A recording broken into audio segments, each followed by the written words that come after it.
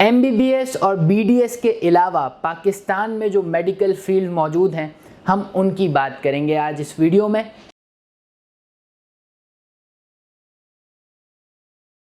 Hello ladies and gentleman, अस्सलाम वालेकुम। Hopefully आप लोग सब खैरियत से होंगे, ठीक ठाक होंगे और अपने वक्त को, अपने टाइम को सही तरह यूज कर रहे होंगे। As you all know, the MHM platform is the first and the only platform in Pakistan who is guiding the medical students and the MCAT students all over Pakistan।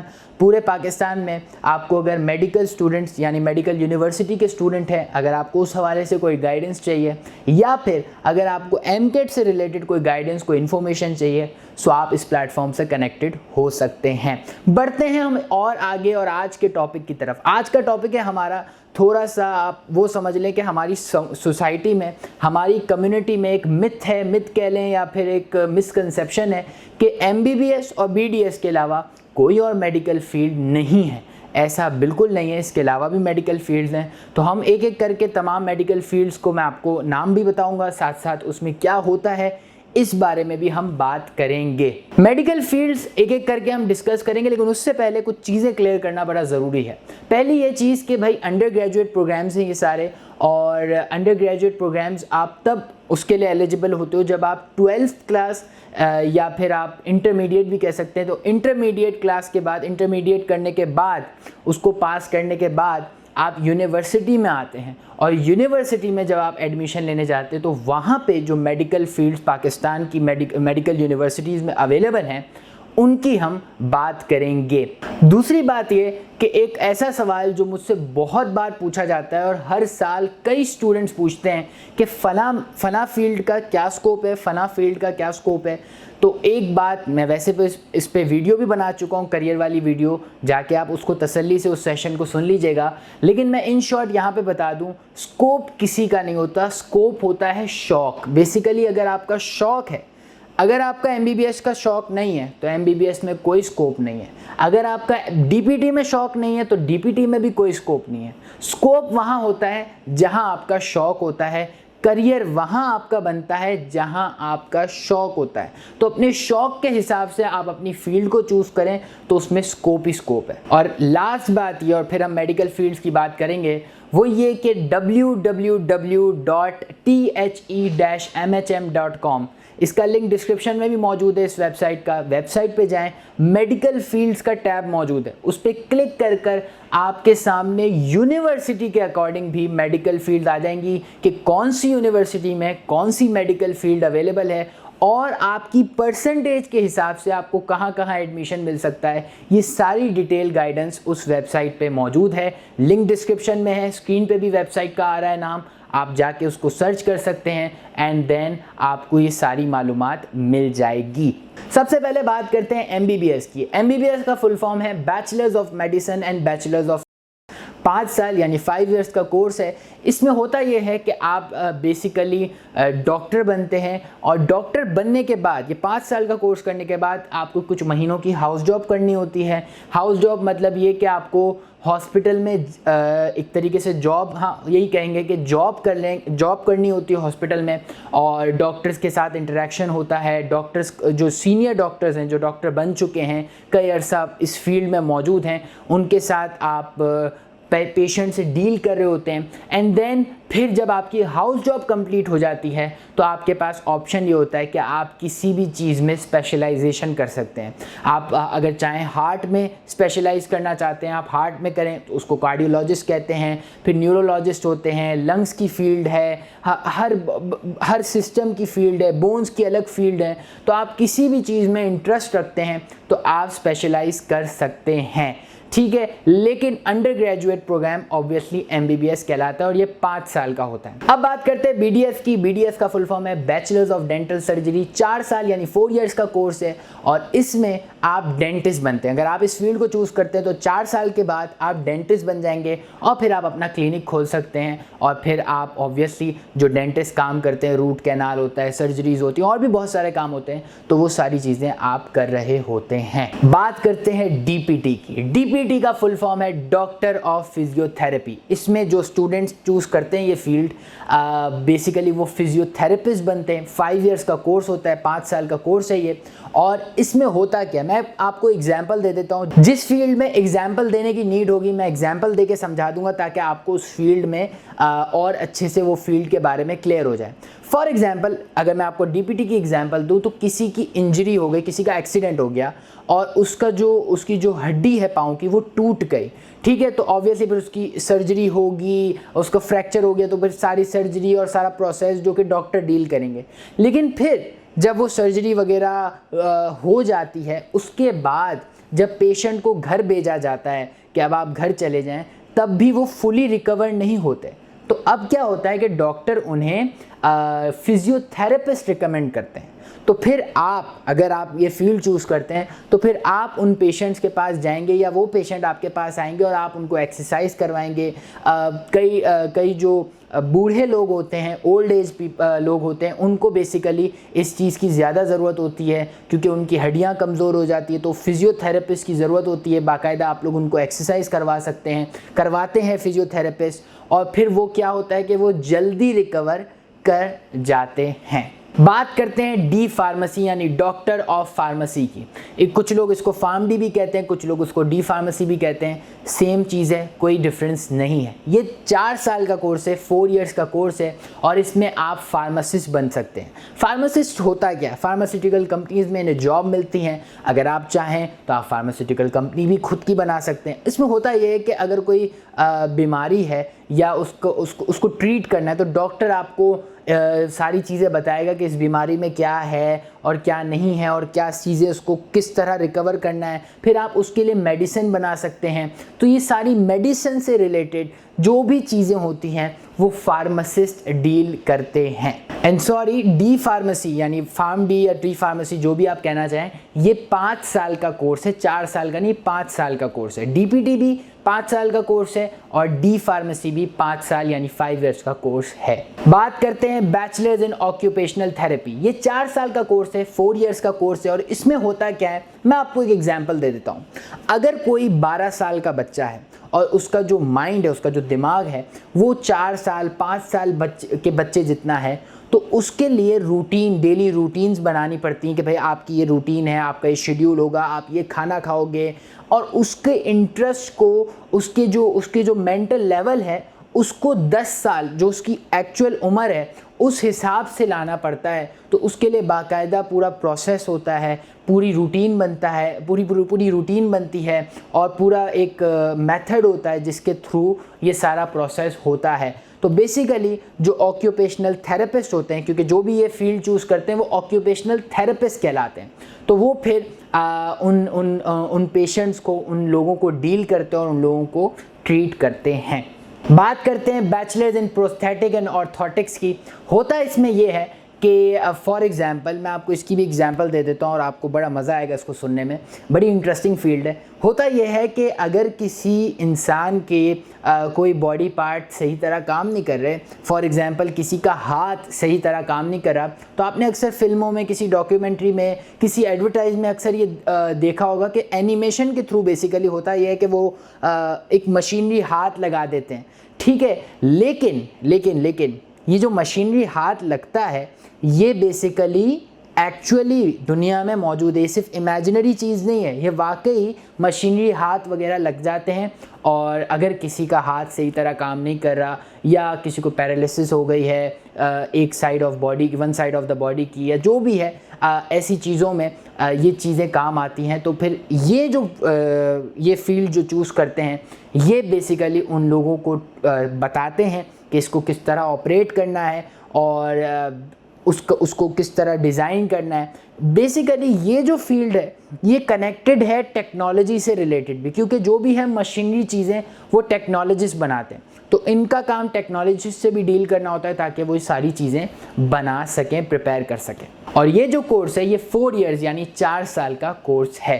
बात करते हैं dental care profession की। नाम dental आ रहा है मतलब ये dentist से रिलेटेड है। जो भी डेंटिस्ट बनता है, जो भी BDS करता है, उसे डेंटल केयर प्रोफेशन की बड़ी ज़रूरत पड़ती है। क्यों? क्योंकि जब भी वो पेशेंट से डील करता है तो उसे अपने साथ कोई ऐसा असिस्टेंट चाहिए होता है जो उसे ये सारी चीज़ें बता सके और उसको सर्जरी में हेल्प भी कर सके। जब भी सर्जरी होती है किसी भी इंसान की, किसी भी पेशेंट की, जब आपको सर्जरी करनी होती है तो उससे पहले आपको फैमिली हिस्ट्री, अब फैमिली हिस्ट्री जिन्हें नहीं पता, मैं इन शॉर्ट बता देता हूँ कि फैमिली हिस्ट्री बेसिकली आपकी बीमारियों से रिलेटेड आपकी हिस्ट्री होती है कि आपको कोई बीमारी तो नहीं है, पास्ट में तो कोई बीमारी नहीं हुई, या पास्ट में आपने कभी रूट कैनाल कराया है, क्योंकि अगर डेंटल केयर प्रोफेशन की बात करूँ तो उसमें यही फैमिली हिस्ट्री होती है।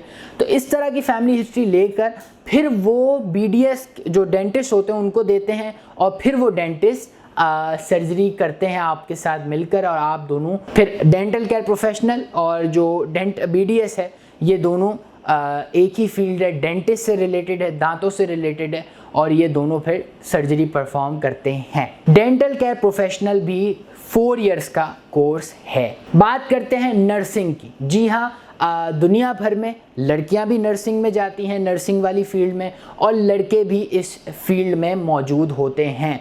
ये नर्सिंग की फील्ड बड़ी आसान है, मैं इसको ज़्यादा एक्सप्लेन नहीं करूँगा क्योंकि आप सब जानते हैं। जब भी आप में से कोई हॉस्पिटल जाता है आप देखते हैं डॉक्टर्स के साथ एक नर्स ज़रूर होते हैं, कुछ नर्सेज होती हैं और नर्सेज होते हैं, और वो क्या करते हैं, वो बेसिकली डॉक्टर के मैं समझाने के लिए बता रहा हूँ कि डॉक्टर के मेडिकल प्रोफेशन में असिस्टेंट होते हैं। क्योंकि अगर डॉक्टर को सर्जरी परफॉर्म करनी है तो वो अकेला परफॉर्म नहीं करता, उसके साथ 4-5 और भी लोग होते हैं, और वो लोग कौन होते हैं? नर्सेज होती हैं, कभी कभार कुछ डॉक्टर्स भी होते हैं, तो वो बेसिकली उस चीज़ में हेल्प करते हैं। तो ये बाकायदा एक पूरी की पूरी फील्ड है। बैचलर्स इन नर्सिंग 4 साल का यानी 4 इयर्स का कोर्स है। इसमें 4 साल आपको लगते हैं ये पूरा कोर्स करने के लिए। बात करते हैं DPM यानी doctor of paediatric medicine. 5 years यानी 5 साल का कोर्स है, और इसमें पाँव से रिलेटेड यानी लोअर लेग, जिसे हम मेडिकल लैंग्वेज में कह सकते हैं, थाई हो गया, पाँव हो गए, इसे हम उर्दू में पाँव ही कहेंगे, तो पाँव से रिलेटेड जो भी चीज़ें हैं, जो भी प्रॉब्लम्स हैं, अगर किसी की हड्डी टूट गई, किसी का हड्डी का फ्रैक्चर हो गया, एक्सरे लेना है, उन्हें मेडिसिन रेकमेंड करनी है, ये सारी चीज़ें इस फील्ड में, जो इस फील्ड को चूज़ करते हैं वो ये करते हैं।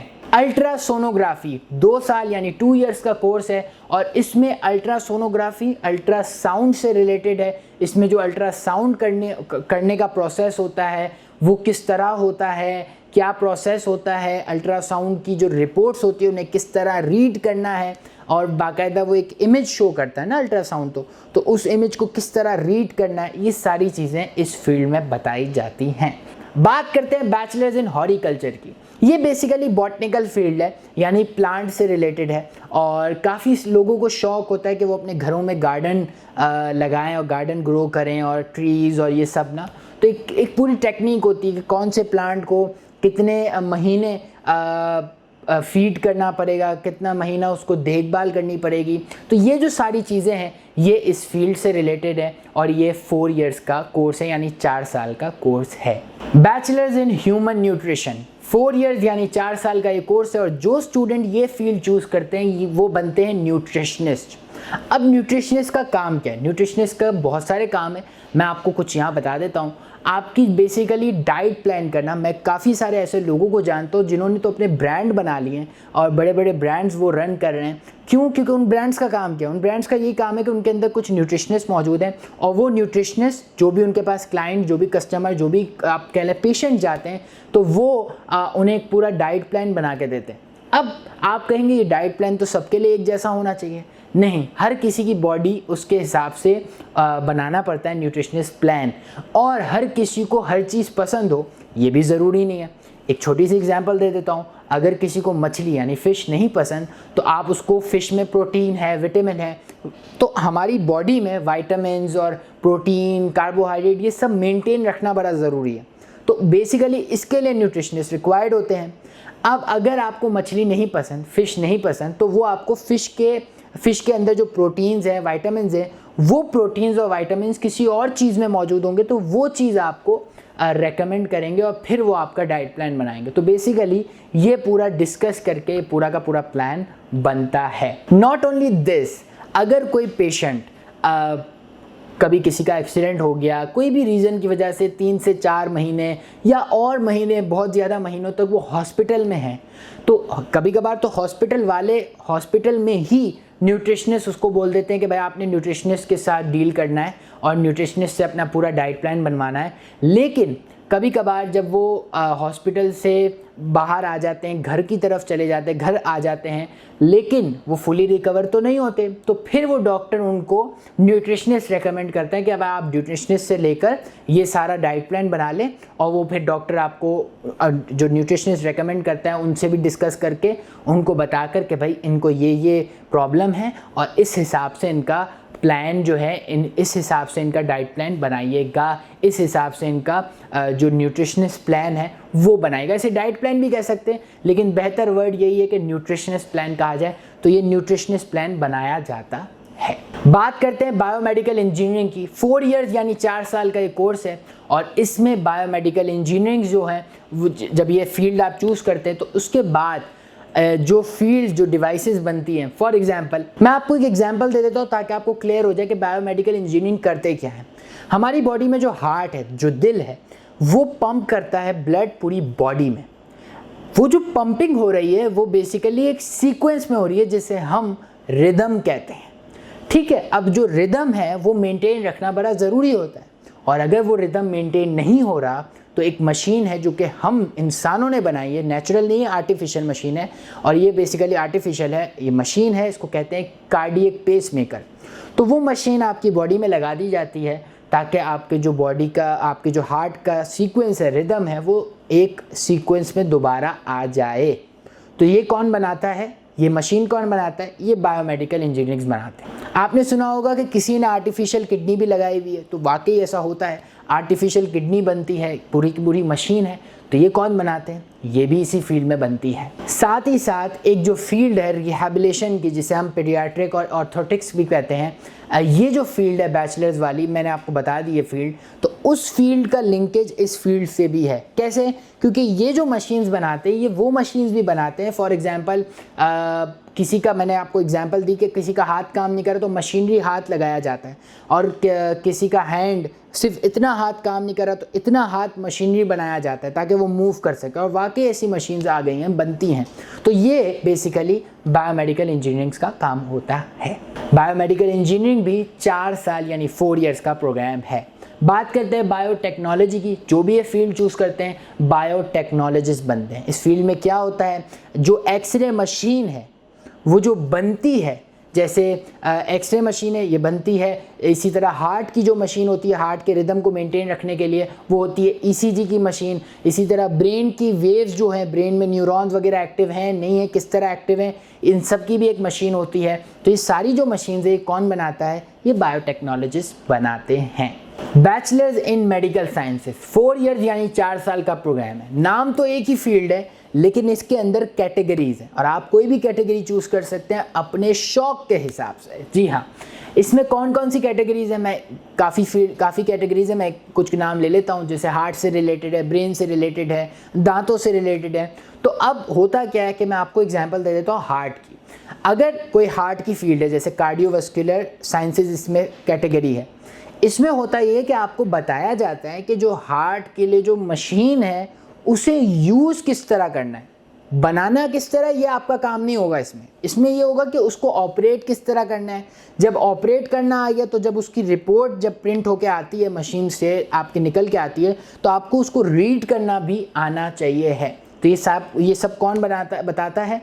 ये सब बेसिकली मेडिकल टेक्नोलॉजिस्ट आप लोगों को बताते हैं। और मेडिकल टेक्नोलॉजी का अगर आप फील्ड चूज़ करते हैं तो उसमें आपको ये सब समझाया जाता है। तो ये थी सारी मेडिकल फील्ड। मैंने अपने एंड से पूरी कोशिश की कि तमाम मेडिकल फील्ड जो पाकिस्तान में मौजूद हैं उन्हें आपके साथ शेयर कर दूं, लेकिन समहाउ इन फ्यूचर भी शायद वो मेडिकल फील्ड अभी मौजूद ना हो, लेकिन इन फ्यूचर अगर कोई मेडिकल फील्ड इंट्रोड्यूस होती है और आपको उसकी कोई इन्फॉर्मेशन चाहिए हो तो आप इस वीडियो के कमेंट बॉक्स पे पूछ सकते हैं और आपको ज़रूर रिप्लाई मिलेगा। एक और बात ये कि ये जो भी मेडिकल फील्ड हैं ये पाकिस्तान की हैं। बाहर मुल्क में इंटरनेशनल लेवल पर और भी मेडिकल फील्ड्स होंगी, लेकिन मैंने इस वीडियो में आप लोगों के साथ वो मेडिकल फील्ड डिस्कस की हैं जो पाकिस्तान में मौजूद हैं। जाते जाते एक बार फिर आपको रिमाइंड करवा दूँ www.the-mhm.com। इस पे आप जब जाएंगे, विजिट करेंगे, मेडिकल फील्ड का एक टैब है, उस पर क्लिक करेंगे, आपके सामने तमाम मेडिकल फील्ड आ जाएंगी। आपकी परसेंटेज के हिसाब से आप कौन सी मेडिकल फील्ड में जा सकते हैं और वो मेडिकल फील्ड कौन कौन सी यूनिवर्सिटी में है, ये सब आपको बताया जाएगा। उस वेबसाइट पे सब कुछ लिखा हुआ है, सो आप जाके विज़िट कर सकते हैं। इसी के साथ मुझे दीजिए इजाज़त। अल्लाह हाफिज़, अल्लाह निगहबान, फ़ी अमानिल्लाह।